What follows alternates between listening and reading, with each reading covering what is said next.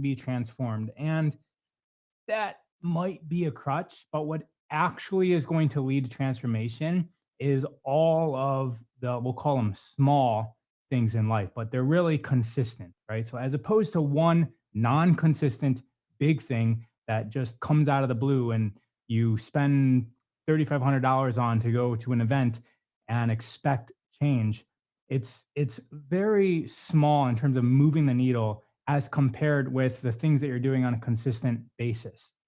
And it really comes down to what can we start to release our grip from. And I'm going to do a short exercise right now to allow us to release the grip on that. So when you start thinking about something that you're holding on to tight. And this should be something in your life that is causing a little bit of pain or distress. And guys, if you actually look up the etymology of smart, it'll say to cause pain. It's like a piercing pain that you cause. And a lot of the times our society, we've gotten so smart that this pain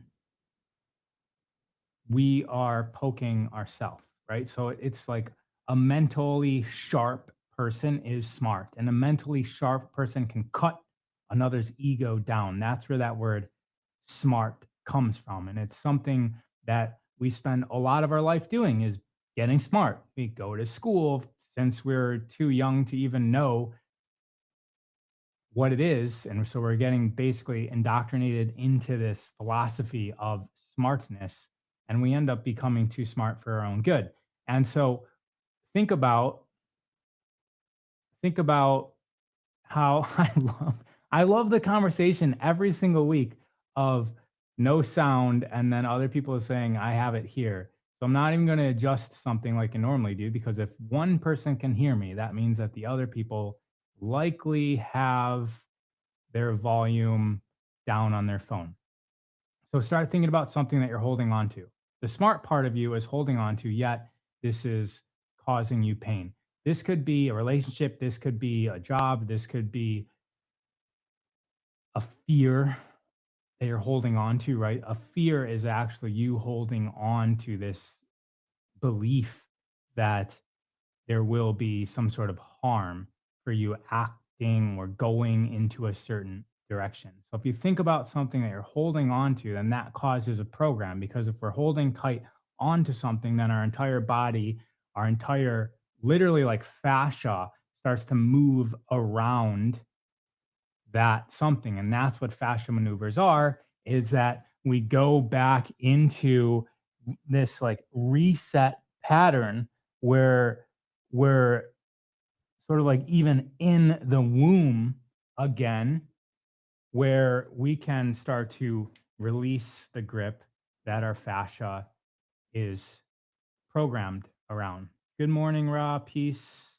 Just reading some comments now. Life, AI, the not knowing. So we're getting into a very short exercise I'm going to show you guys.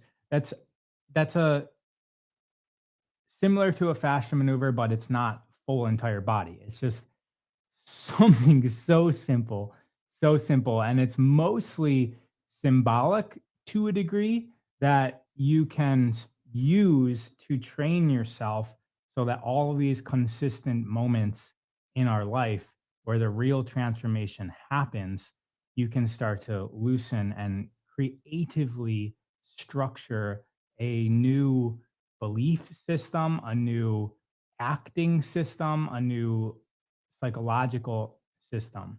And so, what are you holding on to? That question might cause you to come up with a blank, right? Like, what could I be holding on to? A lot of times, our grips are beneath the surface of conscious awareness. So, it really takes some digging. For me, I'm holding on to, and I'll just share mine, and then you guys can also share yours in the chat. Fascia is filled with H3O. Can you tell us about that? I would ask Shane that. He does Thirsty Thursday. So he does a live here every Thursday. And so ask him that question. He's always talking about hydrogen. I do know a lot about the fourth phase of water, which is where that comes from. I'm wondering if I have uh, the textbook in this room of the fourth phase of water that I've lectured on. I don't see it anywhere. It's probably downstairs. Okay. So, what are you holding on to? Think about something that you're holding on to, and just think about life as a constant workshop. Everything that happens in our reality is for our lesson, right? And so it's likely the first thing that pops up. The first thing that pops on up to me is my shyness. It's like this feeling inside of me that I might get rejected, and so that makes it so that I don't reach out to people. And this is what's coming up to me as like my most potent thing that I'm grasping onto. It's this safety that I this fear of rejection that I personally have. Like public speaking is one of these things that is challenging for me to do, even though that's my entire career. Um, Reaching out to sell, which is also my where all the actual money comes from this career of public speaking. It comes funneling into I actually train sales groups of people with Purium, um, and cold bringing up conversations. These are all things that I struggle with. Somehow I end up in a career. And so when I think of that, I can feel the grip that I have that feels tight, like I stepping forward into potential opportunities, especially when it comes to relationships with people or uh, going for something that I currently don't have attainment of in regards to talking to people. I have this restriction. And so that's just my example.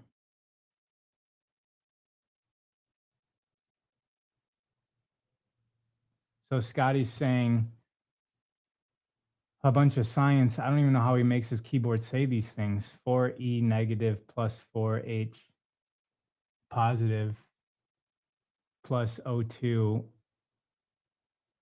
And then he has an arrow, which I think converts to 2H2O, which is structured water made in mitochondria. And I'm glad the antique writer knew exactly what he was saying. So easy thing to do. Once again, it's about all the moments in the life. Are we able to consistently release grip of who we are? That's transformation. I started this off with transformations, not necessarily going to happen in a DMT ayahuasca ceremony. It's happening in every single moment of us holding on to who we are. And so, an easy way to train yourself is think about who you hold on to all the time. What part of you do you have such a tight grip on? And actually make a fist and squeeze onto that part of you that's holding on to who you are that you would like to release. And as you squeeze, you will start to bring up more awareness of who you are. Memories will start come flooding in, and other things that I don't have the words for will start to happen. As you squeeze, you might start feeling it into your forearms and your biceps and even into your core and heart. But if you squeeze tight into this part of you, squeeze, squeeze, squeeze, squeeze, squeeze, squeeze your fists, feel your forearms squeezing tight, and then just release. And as you release, let your arms go down.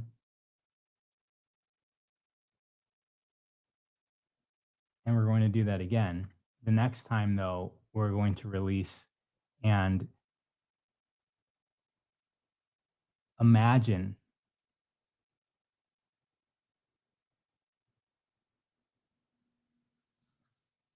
a different version of yourself. And so this is a creative expression. We're allowing ourselves to release the grip of maybe how we handle certain situations, what we're fearful of, who we've tightly hold on to, who we've become. And as we continuously let go of who we are, then that allows us to create from a new possibility in every single moment. And this is just one example of how we can let go of this. I'll give you another example after this. Scott is a wizard. Is that fear? It might be fear for you. For me, it feels like fear, particularly. I see that the crowd is shy because there's a lot of you guys here and no one's participating in sharing. Holding grip on responsible pride and workmanship. So Scott saying holding grip on responsibility, pride, and workmanship. I've met him. He's very put together and straight and proud, as he says. It actually resonates the way that he describes himself. Pride actually is on Hawkins, or is it Dawkins? How come I can't think of the author? Power versus Force is the name of the book, and it lays out the levels of consciousness. Richard Hawkins. It's a good book. You guys should check it out. But pride actually is below. It's like one of the lower emotions because pride means that you are doing things for the approval of others in simplistic standpoint. And sometimes that, like I said, you can have a grip on your perfectionism. When I'm really when I'm resourceful and a dynamic problem solver, the illogical restriction is in the contrast to this year's embodied belief in trust and things being perfect exactly as it unfolds.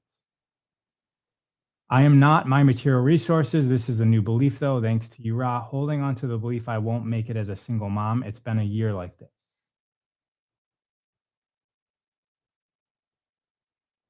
Parenthood is a complete initiation, meaning a letting go of who you were. And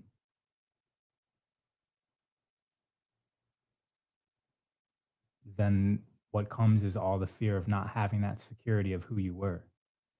Negativity, it creeps into my self-reflection, into my views of my performance, work, etc. Yeah, negativity is a huge thing, I would say, for a lot of people. Have the book powerful. What's the name of the author? I always I mix the name with Stephen Hawkins, and then I'm like Richard Dawkins, but that doesn't sound right. Um, and I always like mix up these authors' names, and then I second guess myself. Like even the fourth phase of water, I'm like Richard Pollock, or I feel like it's a different type of name than like a normal American name. So uh, all is designed to lead our eyes to God. For those of you who know, I have a little bit of memory issues from lots of concussions as well. So I think out loud sometimes. My pride is not for recognition, but results, says Scott. Yes. And I was making just riffing off of three words that you said. So thank you for clarifying what it is for you. Procrastination, being inconsistent. Okay. So let's just clear that out. And then right when we release that grip, what else is there? Who else can we become? What can come out of the cracks and crevices for us? And I'm telling you what we're going to do ahead of time so you can get prepared for it. What will it feel like without this? What is possible without this? So when you're going to ask yourself that after we get done gripping. So imagine Gerald Pollock. Right. So I knew it wasn't a normal American name. Gerald. David R. Hawkins wrote Power versus Force. Thank you guys for the clarification. Gerald saying Pillock, but I think it's Pollock, right? And then David Hawkins. Jared Pollock. All right, yeah. Thank you. Okay, so who you are. For me, it's shy. shy person for uh, some of these other people that commented. It's negative person. It's I prideful person.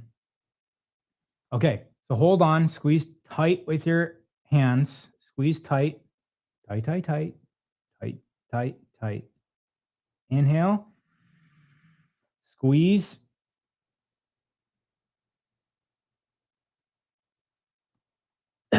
Exhale and open. Feel your hands opening. Feel your palms opening as you lower them down. Relaxed position. And who else could you be without this grip?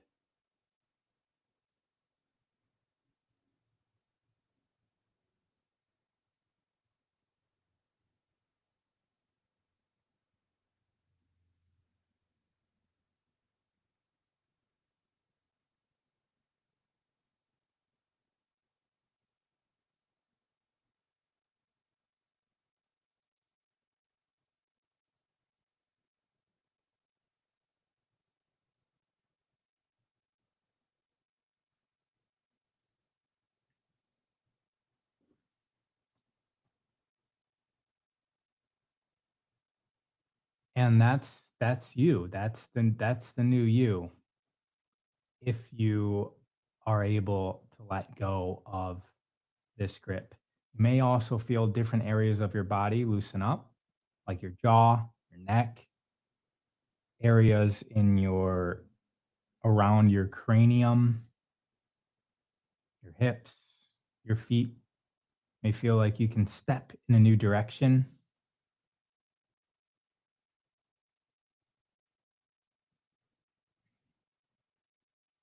There's so what we were doing with the gripping is establishing where we are now, right? Like that's the island that we're at now. And then when we release, we create a new island where we are different, right? And then there's what's the bridge in between, right? And a lot of times we talk ourselves out of the bridge because it's too much work or we don't know how to build the bridge. But just knowing and establishing that we're on an island and there's a new version of ourselves, there's a new vision. And as the pieces for the bridge reveal themselves, you can start to build the bridge. And it's going to require you, the cost of the new island is the old island. So you trade in who you were or slash are to become anew, to become attuned to a new version of self. New, I am a new person. You become we're we're becoming. That's a verb, by the way. We're all becoming. Okay, so doing this consistently, doing this consciously is my argument here is more impactful than a once a year retreat. Even men's circles, like these things, even practices, all of that are just the training grounds for you to do this in everyday life. And your training grounds or they're basically permission slips. They give you permission to be someone else. Even though it's exercise, we gave ourselves permission to imagine what we would be without our tight, bounded grip on a certain part of us that we hold dearly that clicked, become in tune, another comment. So when we give ourselves permission to do that, the more that we're able to practice this consciously, the more we can bring that over into life. So about the person that talked about negativity, because I still have within me this fear and this shyness that I deal with, but something that I've like massively overcome, which I believe was uh, it served me, I guess, to be like skeptical and very negative when I was younger because I could go on about why that was, but it even allowed my career to flourish in the gym business because this sort of like coach mentality, sit down and shut up, and you move like worthless, sloppy person, and this is how you do it, right? Like I made that work. That character was very negative, and I was able to overcome that where that's like a complete distant memory. I actually completely forgot about that. But then this person brought up negativity. And one of the things that you can do is just do the opposite, right? So that's a way that we can train ourselves is what we would normally do, just do the opposite or meditate on the opposite. And when you do that enough times, you will calibrate, just naturally calibrate into something that works for you. And it might be years. It might be years of you doing the opposite of what you would normally do before you've strengthened that aspect of yourself that hasn't been expressed, where now you have two different sides of the spectrum, and you can now integrate the fullness of yourself. Because if we're only expressing one part of the spectrum of certain aspects of our character, we're not really able to be versatile through life. So, for instance, negative me worked, career, it worked. But then when I would go out into public and I'm just seeing and saying the negative things about other people, and like even like going on dates and just negative and making fun of things, it wasn't exactly mature. It wasn't exactly beneficial for me to be like that. As I develop and I learn other ways of being, there's a calibration that gets to be utilized. And so, for example, of negative, how can we turn that around? So I had a friend who got very resentful for me with me because he was working for me and he stole from me. I believe because it was just out of resentfulness. This relationships, where I'm the boss and then I've got other people working for me and they'll never make as much money as me, and they see my lifestyle versus their lifestyle, and they start to feel like they're doing all the work for me to have my lifestyle, and they will never have that because that's just how it is in classical operations, um, classical business. That's why I do network marketing now, because the people I partner with can earn more money than me if they would like. We all have an ability to earn more money, and it's more of a partnership. We sit down at a table together, and if we're successful at learning and development, then we all make money together, and everybody has an ability to make more money than everyone else. So traditional business, your employees will never make more money than you as a boss. Network marketing, it's not like that. Everyone has an ability to grow wealth uh, beyond anybody else. And that was one of the things that was important to me in my next business. But that's a tangent. The person stole from me. And I remember being faced with the choice. And this was still in my transition from negative person, because I owned gyms at this time. Negative person, and I was like starting to be somebody else. And so I knew where he was.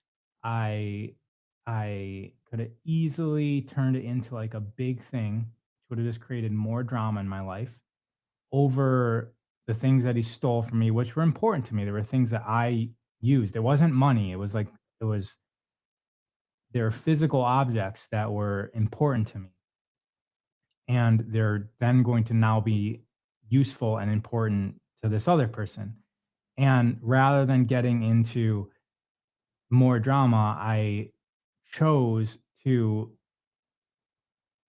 was this pretend? I don't think this was pretend at this point, but I would say go back to like maybe 20 years ago when my car would get broken into and my money would get stolen, and like I've gotten like thousands of dollars of like thousands, tens of thousands of dollars of money stolen from me in my life in many different scenarios.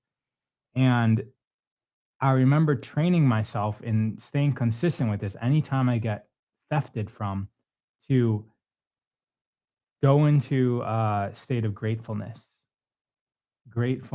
and wonder and awe of how this person scammed. I just remember being scammed. That was another how this person scammed me, and being grateful that they get to use the things that they took from me. And also, most especially, what I learned is being grateful that I wasn't the person that needed to steal, that I was the person being stolen from. Because this is the things that you discover when you release this grip. You start to be shocked and surprised. And it's like, wow, I'm actually surprised that now I realize that I'm grateful that I'm the person being stolen from, as opposed to the person that's in a situation where they feel like the best option is to steal from somebody else. And through doing that long enough, there's no more choosing to be this opposite. It just happens, and it doesn't happen with any sort of consciousness. It's just like, oh, this happened. And what was the last, like, when I my gym's closed, I partnered with two guys. We were supposed to make like a super gym, and this is basically 10 years of my life. I'm funneling my clients into this place. They're coming with lots of money, lots of, we're going into a high-rise building, huge 20,000 square foot space. It's going to be like decked out, Equinox style.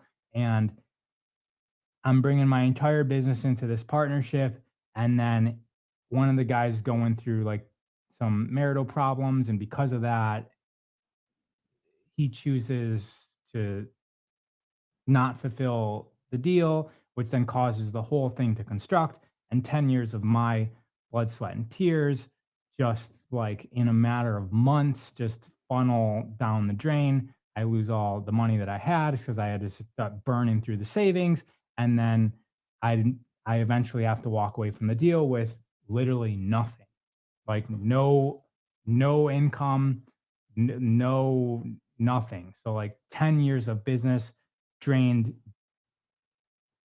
literally, because a partnership, uh, one side didn't fulfill their roles.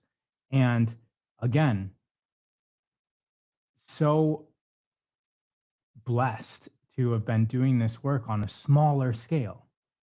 Like when the person broke the window and stole my skateboard out of my car. It was actually my friend's skateboard. but like, it's like, again, it's like, Marty, I'm sorry your skateboard's gone. I'll get you a new one and I have to replace this window. But like, man, like, I'm grateful that I'm the one with the car and they're the one now with the stolen skateboard. Like, I have the better end of the deal. So it's like, after consistently doing that work, when it comes time for like something that might have thrown me into like a rage, I might still be holding on to hatred for this person for doing this. I actually found blessing in it because I was stressed out as a gym owner. And this was the time where this was the exit point. And just being so grateful that things aligned in their life, because there's going to be 50% going to two different people, 50% to me. Like, these two people like manifested this thing for all of us to have this experience, that now they actually get the whole space and the whole setup, and they get to benefit off of the deal that all three of us made with the building. And I think that ended up still being there. And then I exit with nothing, and my happiness and my sanity, and created a new career where all of that was not only beneficial, but added to my experience. I'm walking away right now from a business and failed partnership with my sister. We closed our last business on Sunday. I know a new chapter is coming.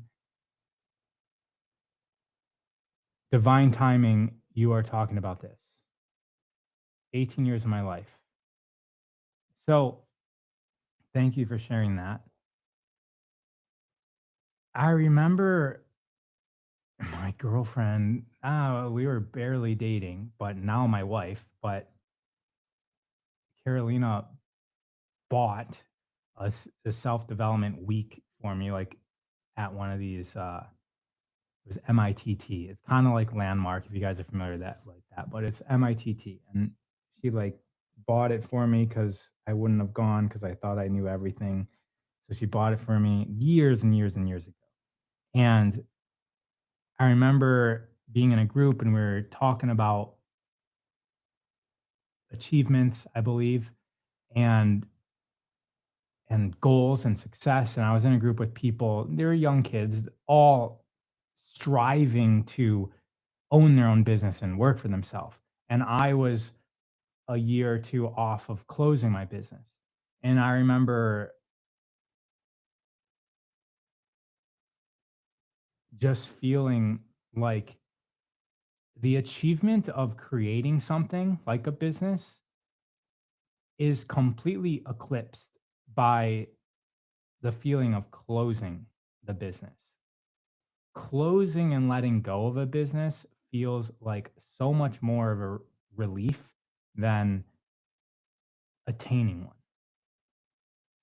I just remember I remember that, like, when you actually let go of something that you've identified with, because a business is for most of us who, especially like a first business like it was for me, it's like I put everything into it.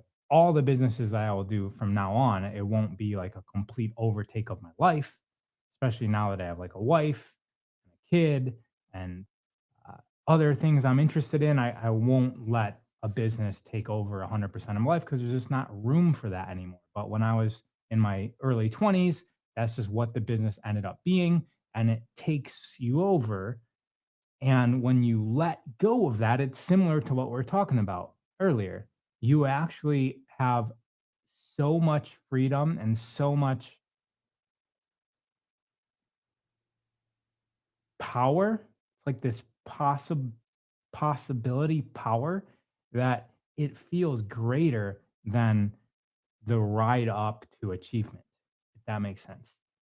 And so, for those of you who have ever had anything that you cared about so much and then lost it, my hope is that it didn't slip through your hands without you recognizing the blessing that you get to be somebody new.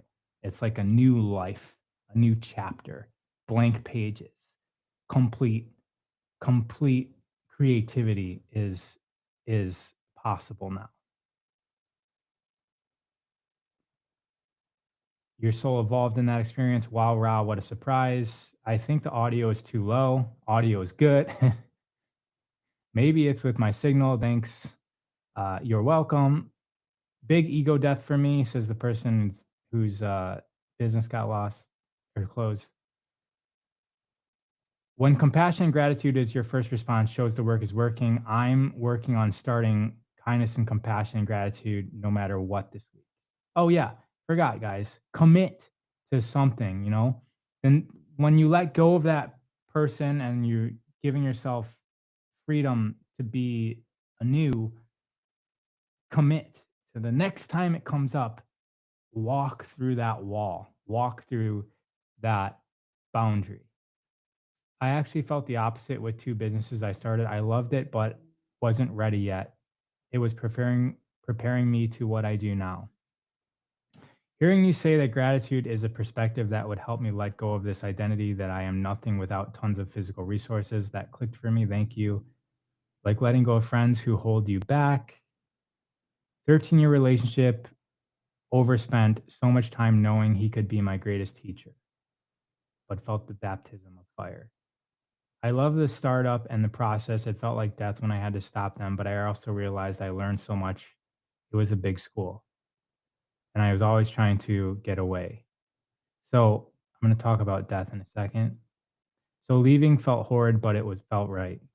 Relationships and business. So guys, the feeling of grief that we may feel in these transition periods, grief is a signal of how much love was expressed. It's a recognition of the energy that flowed and was harmonious. And grief exists to ex- to reveal that. I almost said expose, but reveal sounds better. Grief is a revelation, which is what apocalypse sort of means as well. It's like uncovering. Apocalypse means uncovering. And so when there's a death or a closure or a detachment, we feel grief and it stings and it hurts and it's it's a revelation of how good and how great and how loving and how satisfied the experience was. And it's sort of like the last firework of that. That that's what grief is, and it hurts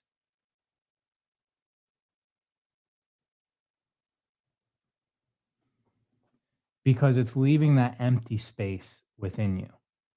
Um, but there's but and there's there's a lot to be learned through grief. That's why death is a part of this whole experience here. Like this is a reality where we experience death, even though some may say that death is an illusion, and that all of reality is an illusion. However, it's not necessarily an illusion. It's more so that we're going through this process to learn, and then we move on to a next chapter.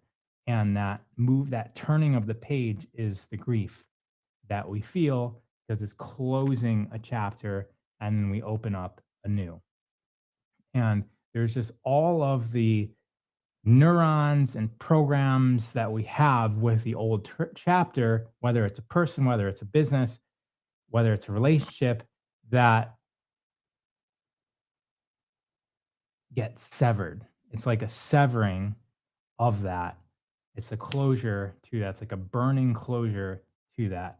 Uh, but we get taught that grief is like just like negative. It's not necessarily 100% negative because it reveals really how much care and how much passion we had for the thing.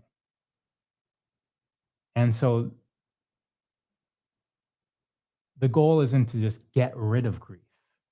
I mean, any psych, I shouldn't say any, but a lot of psychologists will tell you that if you bury grief, that's an issue. Like you get to feel the last explosion of that love and that harmony and that satisfaction that you had and move through it. And then when you move through it, you allow yourself to have revelations. All leads to personal growth. We always get where we need to be. Nothing is by chance and happens as we know for a reason. Grief, and when you make the decision, make the call. Lost my husky to 12/25, and I cry every day. She's made me so much better beyond anything I would have done with her. Such a paradox.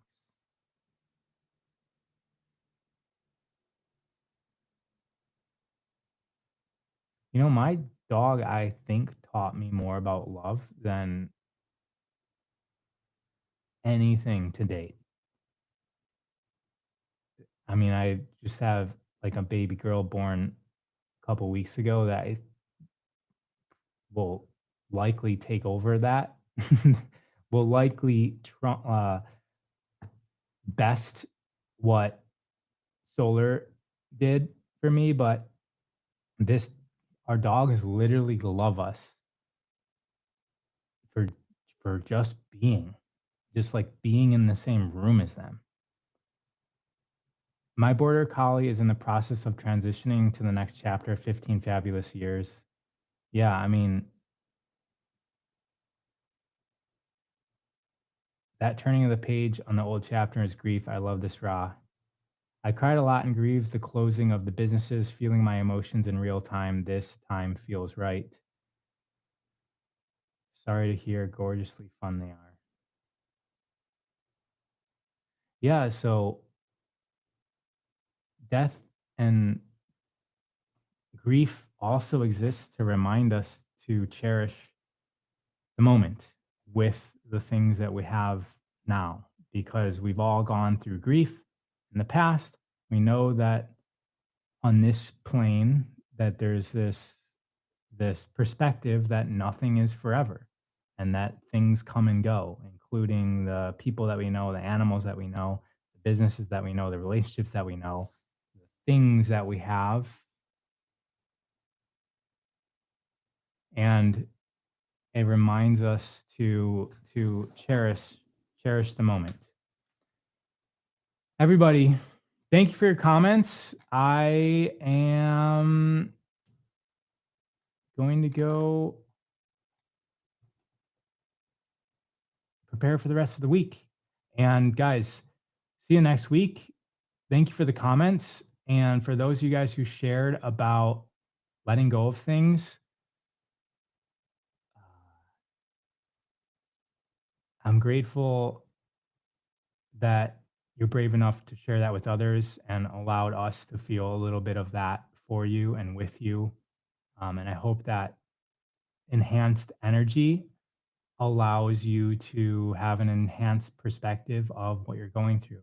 And I really feel for you, and I'm sending energy your way.